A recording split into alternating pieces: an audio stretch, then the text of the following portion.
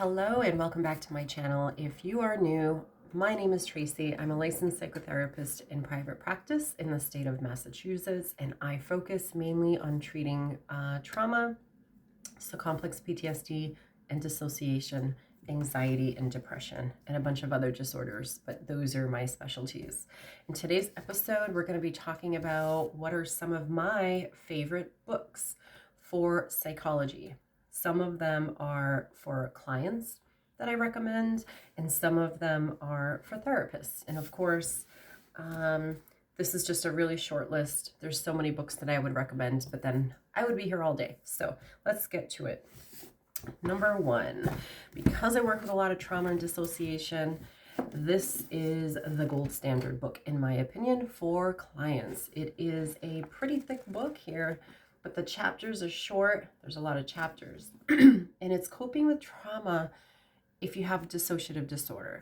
So it's skills training for the patients and therapists. And I can just tell you a little bit about like what's included in the chapters. Part one is all about explaining dissociation. Dissociation is a spectrum, and there's a lot of ways that the symptoms show up. So it goes into pretty good detail about what is dissociation and how does one experience it. And then it goes into how to live with a dissociative disorder. So going inward, working with parts. Maybe there's a phobia of parts that clients have to deal with before they can feel comfortable to work with the parts of self that are split off. It talks about how to improve sleep, physical self-care, coping with triggers, which is a huge part of this book, how to stay in the window of tolerance and learning to regulate yourself, which is awesome, identifying core negative beliefs about self. Part 6 here is coping with anger, fear, shame, guilt, coping with self-harm, which is really huge when working with this population, coping with isolation and loneliness, how to set healthy personal boundaries. Now, clients who have a lot of history of trauma and complex PTSD from childhood often have difficulty with setting boundaries with others. And it goes on and on. So like I said, chapters are short. Really, it breaks down the concepts, really easy to read. At the end of each chapter, there's a section of questions. There's a review section at the end of each chapter. Clients love it. And it's by Boone, Steele, and Vanderhart. Like I said, it's anyone that's working with me with a complex dissociative disorder or complex PTSD, I often recommend this book. Number two, because a lot of my clients have what's formerly known as multiple personality disorder, and it's now called dissociative identity disorder, I like to recommend this book because it is written by a client, not a client of mine, but a person who lives with dissociative identity disorder.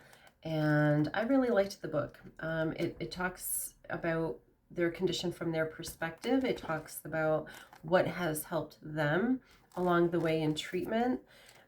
There's a section where they sort of draw illustrations about what their inner world looks like, which is fascinating. That part is really fascinating. And it also gives a list of useful definitions that have to do with dissociation, like integration, fusion. It breaks that stuff down. And so, yeah, it's a small book written by ATW. I think she wants to probably stay anonymous. But it's an insider's guide to managing life successfully with dissociative identity disorder. I highly recommend it. Number 3 is, I think it's been on the bestseller list for quite some time. You've probably heard of it. The Body Keeps the Score. It is thick. It is a bit dense, but it does a phenomenal job of breaking down how trauma gets stored in the physical body.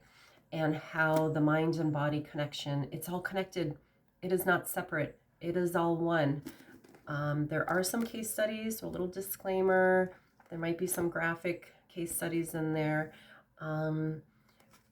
but you'll pretty much learn everything you need to know about trauma and how it's stored in the body.